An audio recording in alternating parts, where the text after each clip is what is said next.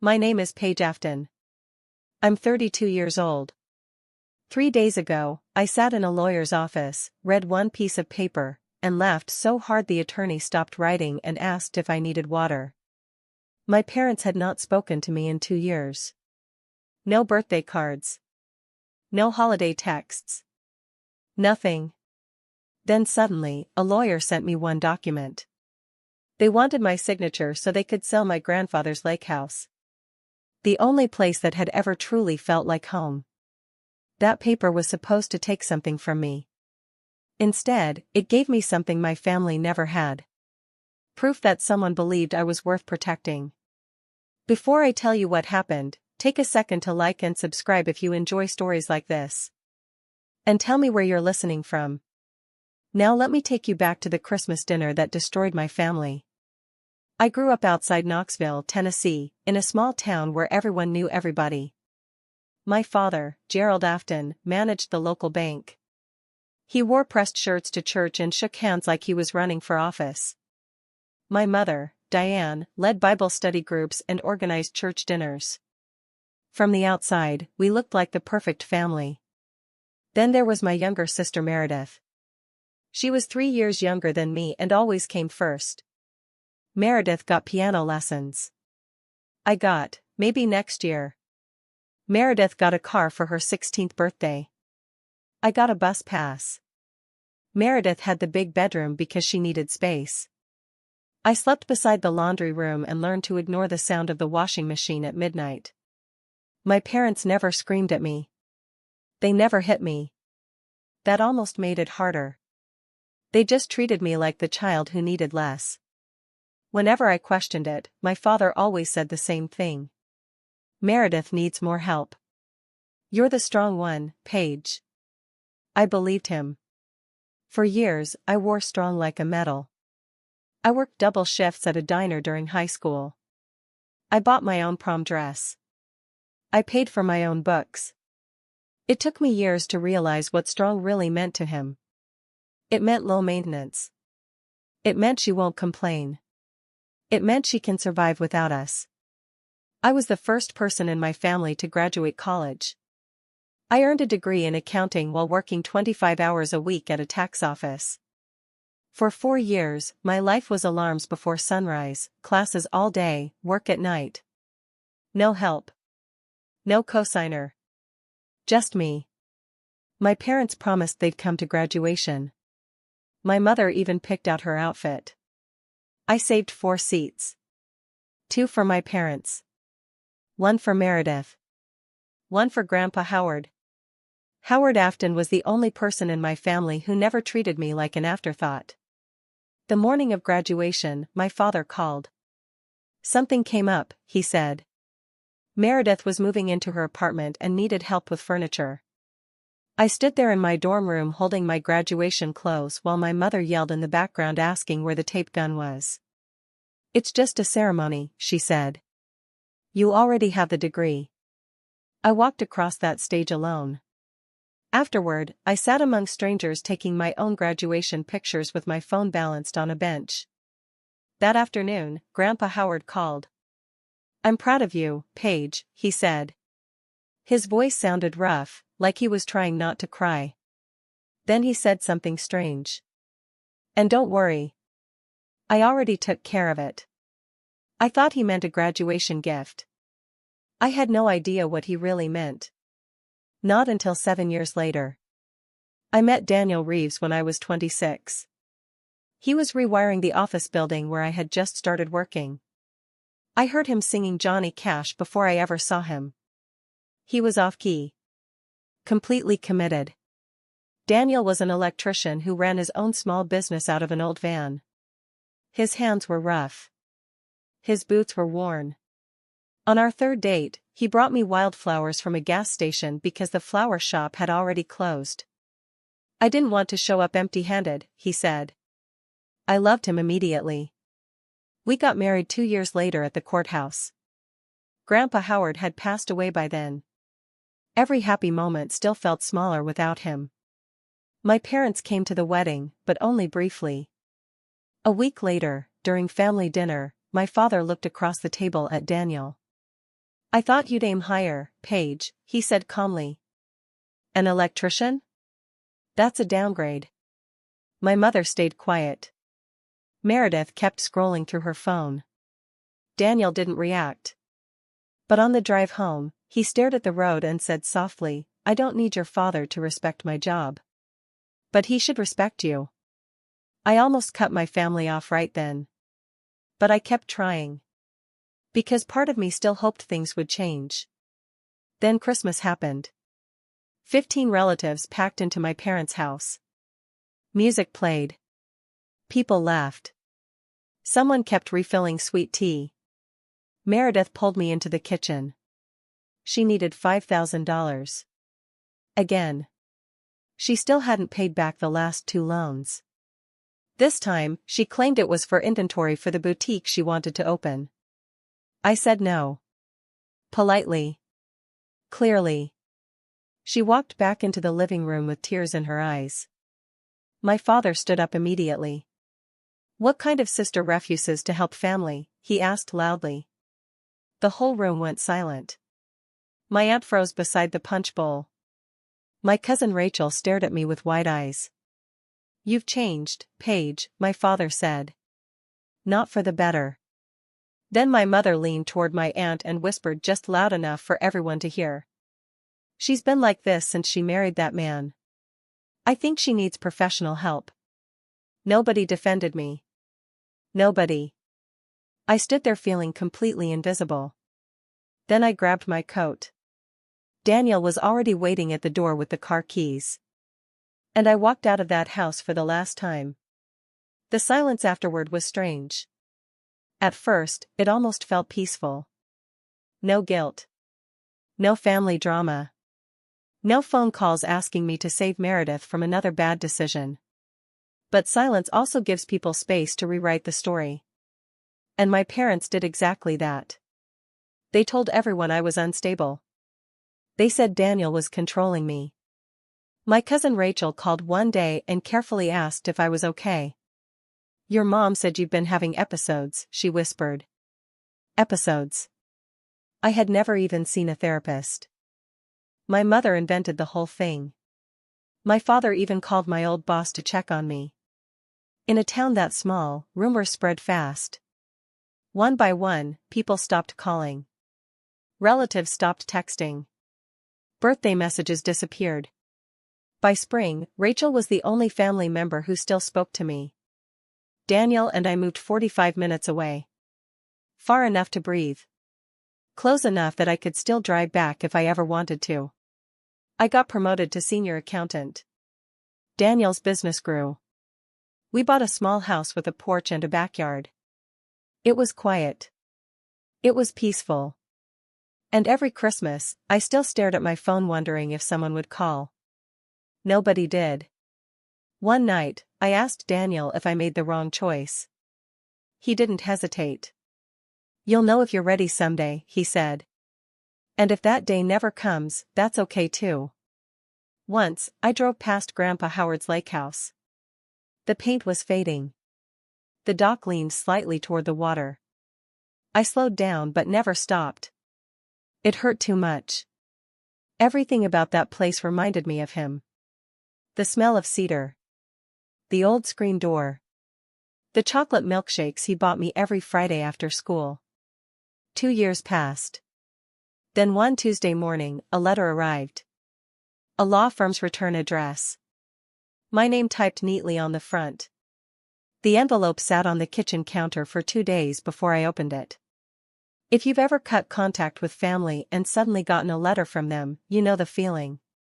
That cold drop in your stomach. I opened it Thursday morning while Daniel was at work. The letter explained that my father planned to sell the lake house. Because I might be an heir, they needed me to sign a quitclaim deed giving up any rights to the property. That was it. No apology. No how are you? Just paperwork. I stared at the letter for a long time. Then my eyes drifted to a wooden tackle box sitting on a shelf above the stove. Grandpa Howard's tackle box. Inside it was an envelope I had kept for 7 years.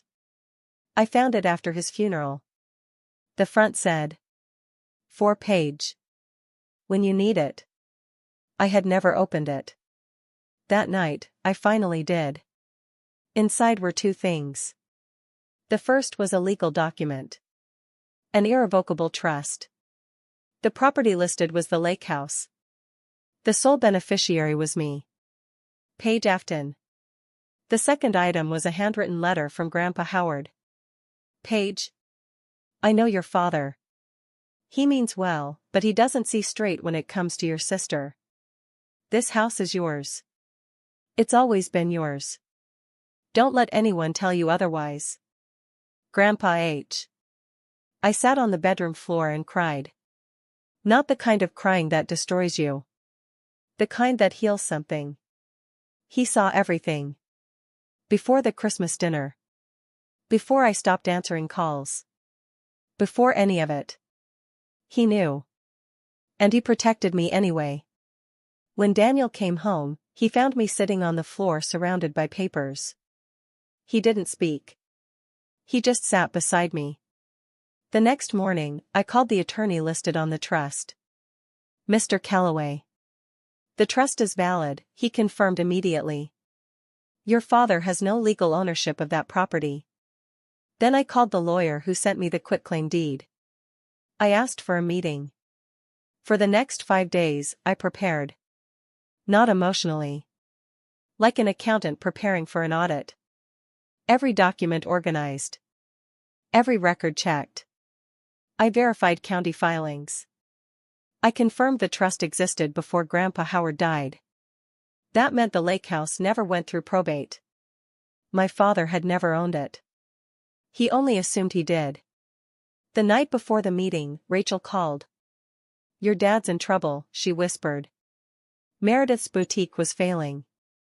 My father had co-signed huge business loans. Then he refinanced his own home to keep her store alive. He owed nearly $180,000. The lake house sale was supposed to save him. And he told everyone you'd sign, Rachel said quietly. He said you always cave when family needs you. Friday morning, I drove back to town. The drive felt like muscle memory. Past the gas station where Grandpa bought milkshakes. Past my old school. Past the streets filled with old memories. The law office sat above a dental clinic downtown. The receptionist looked at me with polite sympathy. Like she already knew a version of the story. I sat down and checked my folder one last time. Trust papers. Certified copies. Grandpa Howard's letter. Everything ready. At exactly 10 o'clock, the lawyer opened the conference room door. Ms. Afton. I walked inside. And there sat my father. Gerald looked exactly the same. Pressed shirt. Straight posture. The same calm expression that always made him seem in control. Hello, Paige, he said gently. I stopped.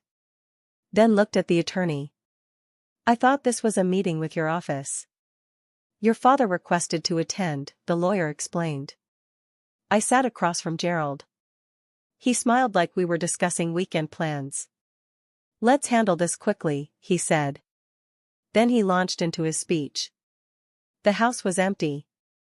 Nobody used it. The sale would help the family. Your grandfather would have wanted this. That line hit me the hardest. He used Grandpa Howard's name to pressure me. Again.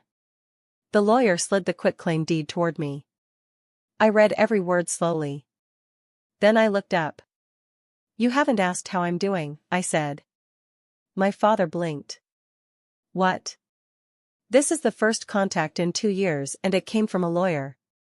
We tried to reach you, he replied. My number never changed. The room got quiet. Finally, my father sighed. I'm not here to revisit the past, he said. I'm here to handle property. And if I don't sign? His jaw tightened. Then this becomes complicated. The same phrase he always used whenever someone challenged him. Don't make things difficult. I asked why nobody told me about the sale directly. That's when he changed tactics. She cut us off, he told the lawyer sadly. She's been struggling. There it was again. The unstable daughter story. Then he added quietly, her husband can be controlling. I felt something inside me go completely still. 2 years later. Same script. Same lies. I looked at him. Are you done? I asked. He froze. Then his phone buzzed. He answered immediately. Meredith's voice spilled loudly through the speaker. Did she sign yet? My father covered the phone. I'm handling it. But Meredith kept talking. Just tell her it's for the family.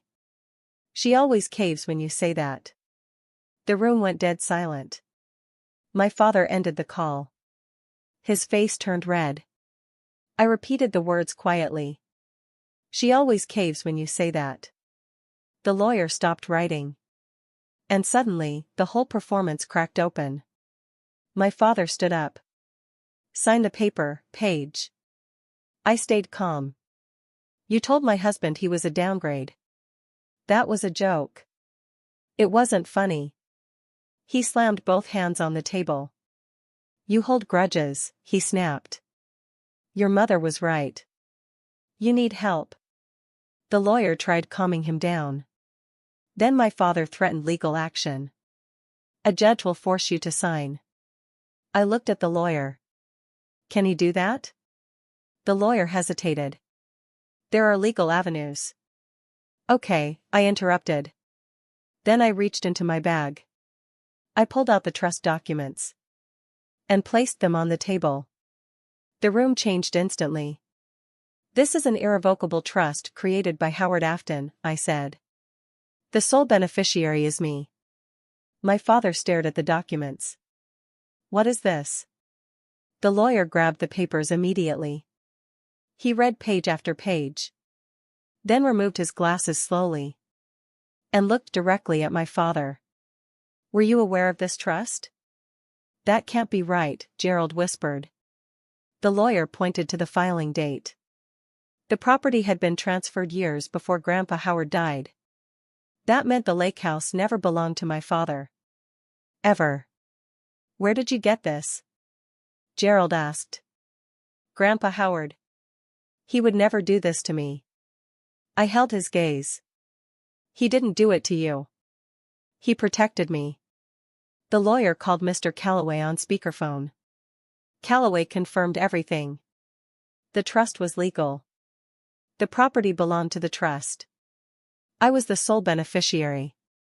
The quitclaim deed meant nothing. The lawyer finally turned to my father. We need to stop this meeting immediately.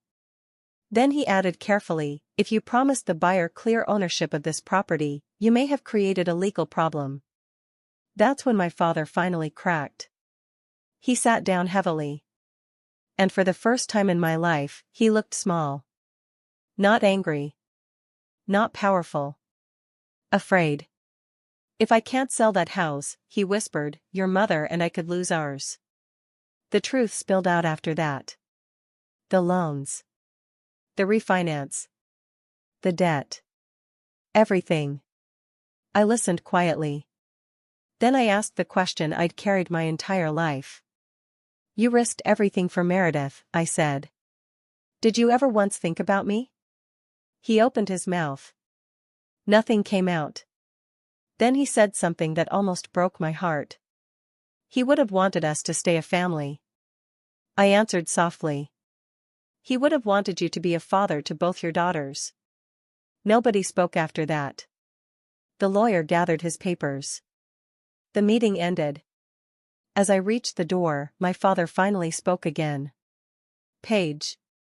I stopped. For 1 second, I saw flashes of the old version of him.